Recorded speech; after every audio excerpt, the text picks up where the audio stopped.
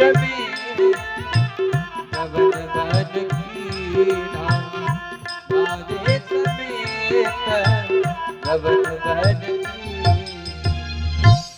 बोले बरबस राज सुतहि तब दीन्हा, नारी समेत गगन बन कीन्हा।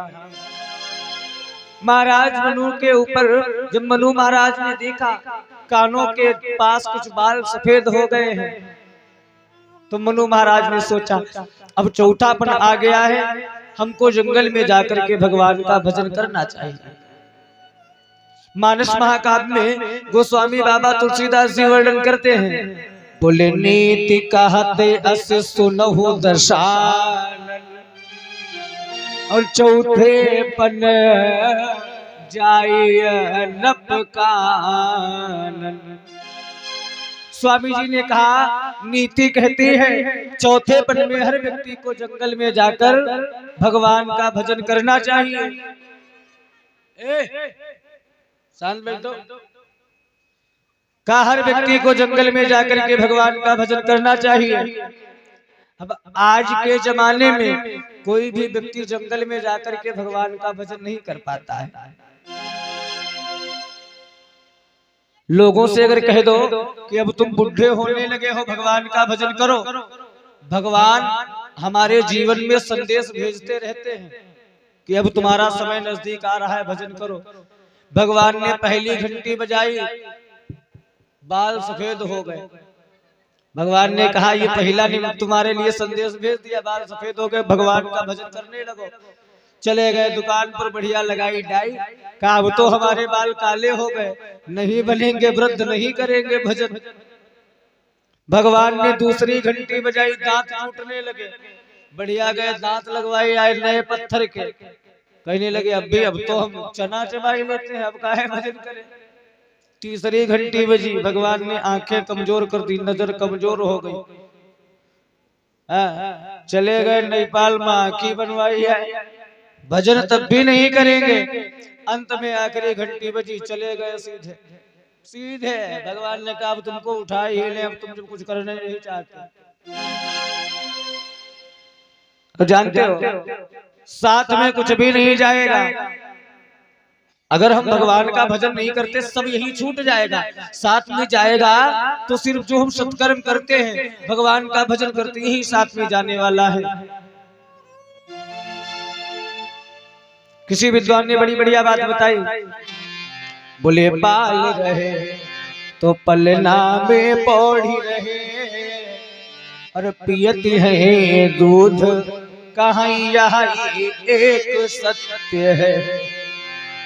जब तक बाल्यावस्था में थे पालने में झूल रहे, दूध पिला रही है माता, तो उस समय बालक को सिर्फ सत्य क्या लगता है, वो दूध पीता है।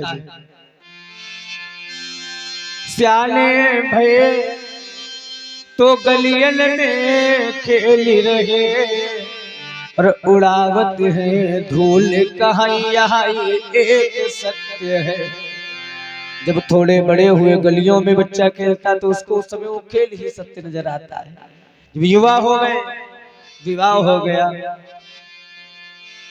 उस समय उसको सिर्फ सत्य क्या लगता है, वो पत्नी के साथ में सुंदर सुंदर बातें करता है, आगे जीवन की बातें सोचता है। उस समय उसको ये जीवन ही सत्य लगता है कि परिवार ही सब कुछ है। और जब बूढ़े हो, बूढ़ भये तन का पन लागो जब ये, हाथ में लकड़ियां लिखने, बोले यहाँ एक सत्य है।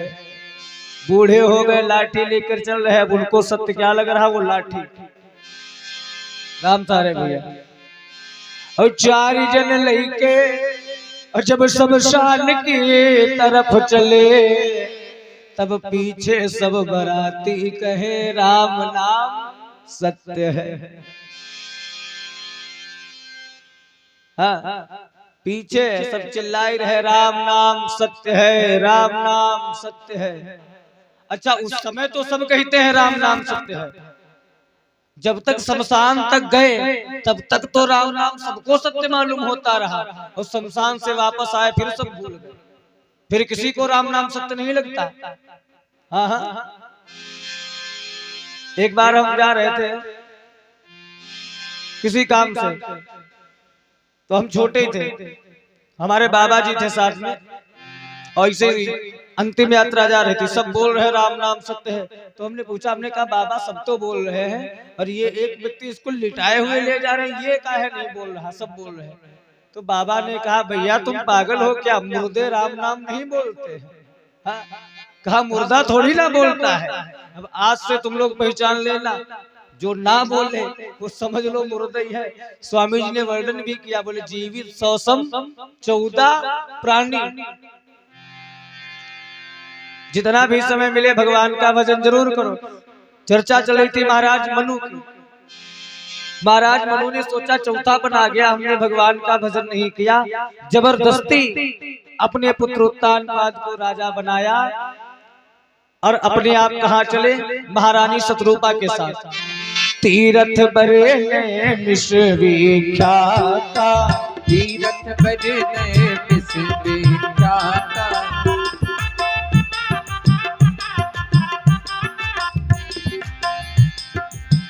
तीरथ बरे ने विख्याता, तीरथ बरे ने विख्याता, अति पुनीत साधक सिद्धिदाता, अति पुनीत साधक सिद्धिदाता,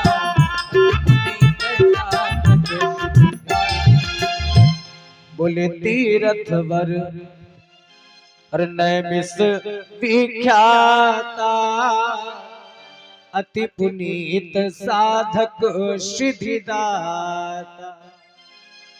स्वामी जी ने लिखा सभी तीर्थों का दूल्हा है नैमिष, तीर्थवर नैमिष विख्याता।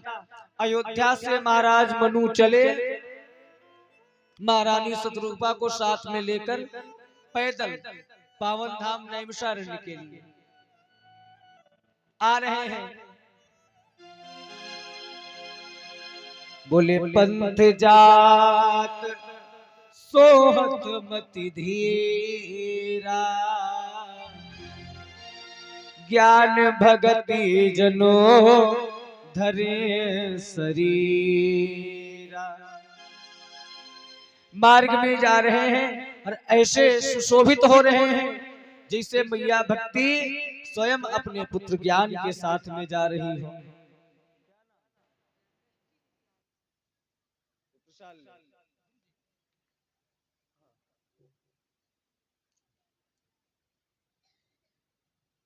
दृष्टि और दिव्यांशी बिटिया के द्वारा 50-50 मुद्राओं का दान हो रहा है, मंगल कामना है। भागवत भगवान सदा भंडार भरते रहे, जीवन मंगल में बना रहे, श्री राघवेंद्र सरकार की सदैव कृपा बरसती रहे।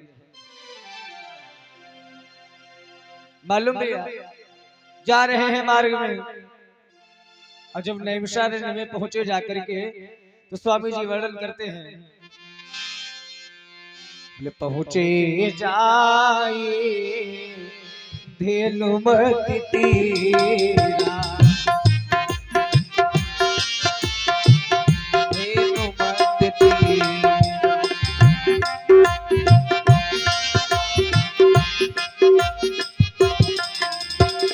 पहुंचे जाई धेनुमति तीरा, पहुंचे जाई धेनुमति तीरा, हर्ष नहाने निर्मल नीरा, हर्ष नहाने निर्मल नीरा, हर्षि नहाने निर्मल नीरा, हर्षि नहाने निर्मल नीरा, हर्षि नहाने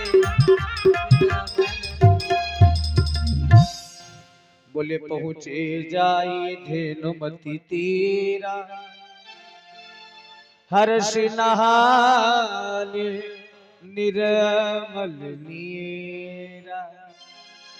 चलते चलते माता गोमती के किनारे पहुंचे महाराज मनु। हर्षित होकर के आदि गंगा मैया गोमती के पावन जल में स्नान किया।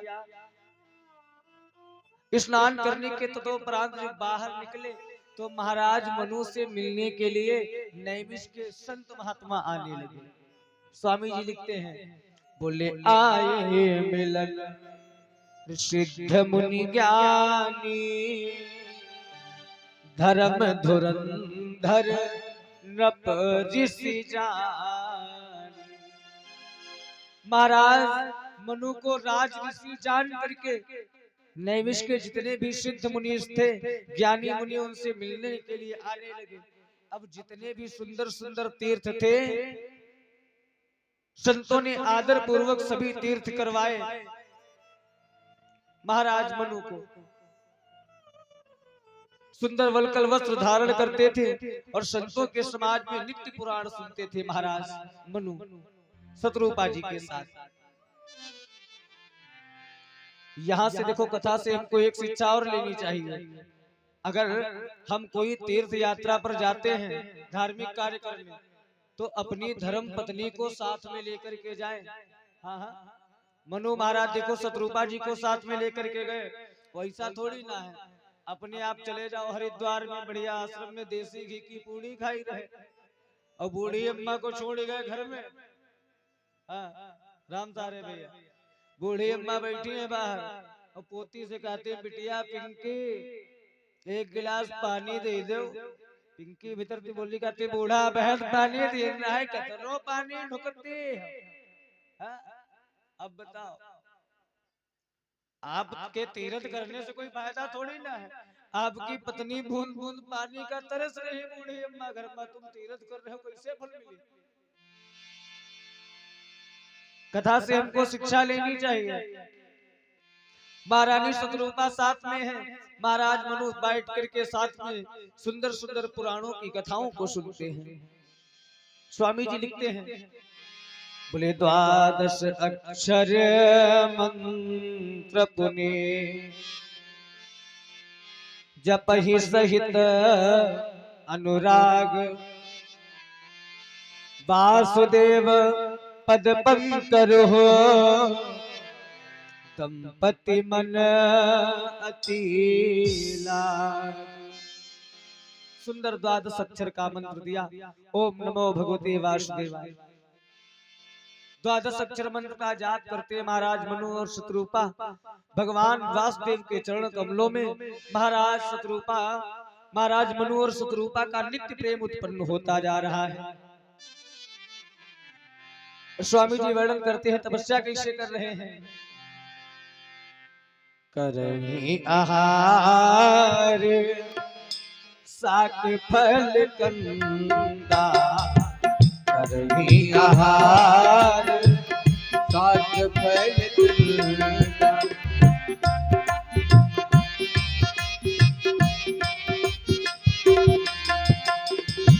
करही आहार साक फल कंदा, सुमिरहि ब्रह्म सच्चिदानंदा, सुमिरहि ब्रह्म सच्चिदानंदा, सुमिरहि ब्रह्म सच्चिदानंदा। बोले करही आहार साक फल कंदा, सुमिरहि ब्रह्म सच्चिदानंदा।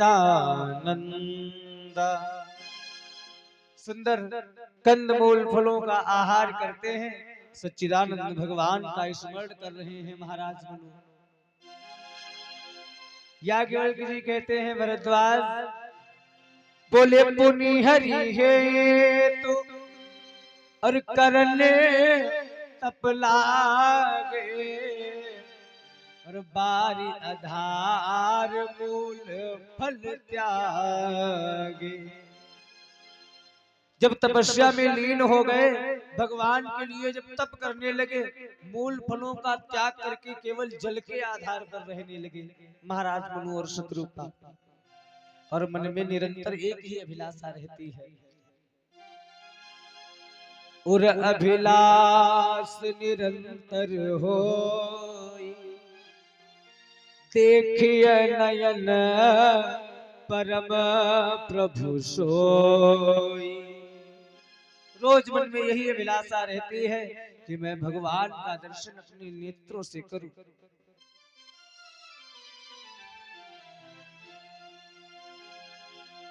तब कर रहे महाराज मनुष्य रूपा। स्वामी जी ने वर्णन किया, बोले यही विधि बीते बरस खट, साहस बारी आहार, संबत सप्त सहस्त्र पुनी, रहे समीर आधार। का इस प्रकार जल का आहार करके तपस्या करते हुए महाराज को 6000 वर्ष व्यतीत हो गए। 6000 वर्ष व्यतीत हुए। 7000 वर्ष के लिए वायु के आधार पर तपस्या करते रहे, 7000 वर्ष तक। उसके बाद उसको भी छोड़ दिया। जानते हो, बोले बरस साहस 10 त्याग सो, ठाढ़े रहे एक पद दो।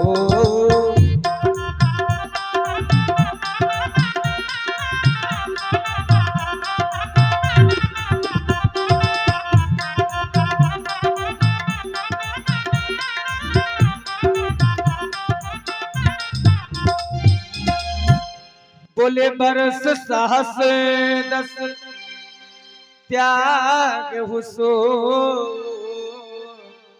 अरे ठाढ़े रहे एक पग दो। 10,000 वर्ष तक उन्होंने वायु का आधार भी छोड़ दिया। एक पैर से खड़े हो गए दोनों लोग। अब जानते हो, स्वामी जी लिखते हैं, विधि हरिहर तप देखी अपारा, मनु समीप आए बहुबार। बोले मांगहु बर बहुभांति लोभाए, और परम धीर नहीं चलहि चलाए। स्वामी जी ने लिखा, विधि हरिहर का उन्होंने अनेक प्रकार से ललचाया।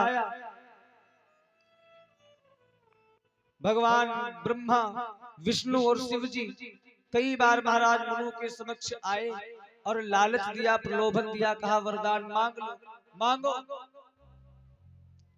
लेकिन महाराज मनु शत्रुपा कोई जवाब नहीं दिया।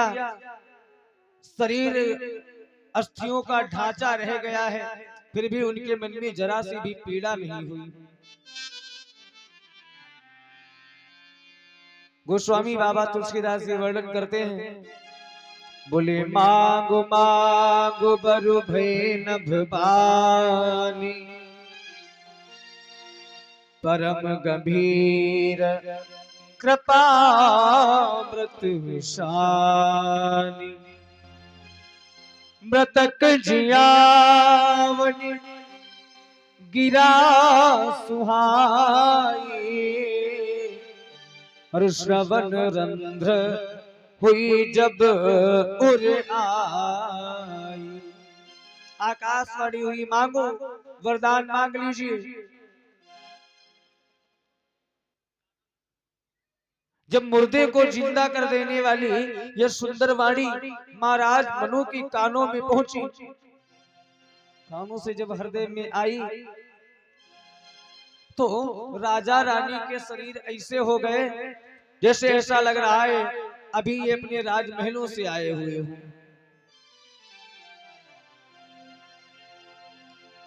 महाराज मनु ने नेत्रों को नहीं खोला।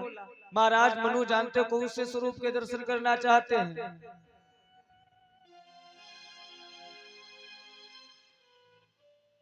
बोले जो स्वरूप बस शिव मन माही, जही कारण मुनि जतन कराई। महाराज मनु ने कहा, हे अनाथों का कल्याण करने वाले, यदि आप हम लोगों पर आपका स्नेह है तो प्रसन्न होकर के हमको यह वरदान